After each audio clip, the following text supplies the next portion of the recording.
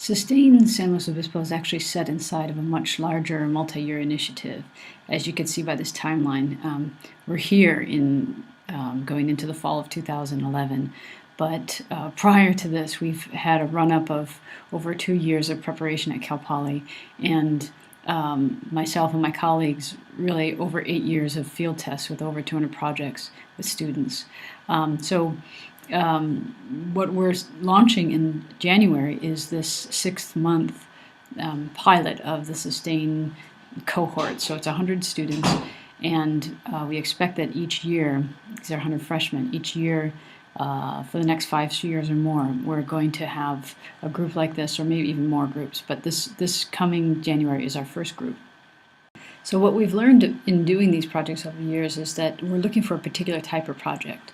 And this graphic indicates the type of projects that we're looking for. You can see on this axis, there are projects that can have a low match with learning outcomes, or projects that have a high match with learning outcomes. And there are also projects that can have a different sort of focus. One could be transactional in nature, and other projects can focus more on sort of the relationships in the project.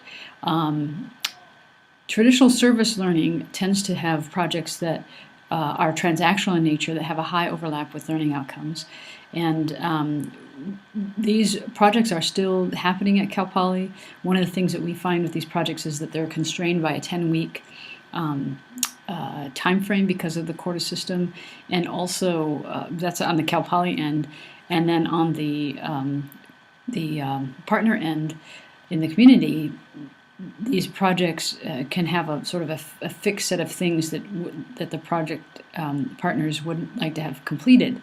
One of the consequences of that is that students in this sort of scheme end up focusing on the transaction itself, and sometimes losing sight of the relationship, meaning that they will start working to complete the transaction, the project, for their grade, even if the project doesn't have the kind of quality that would meet the needs of the clients themselves.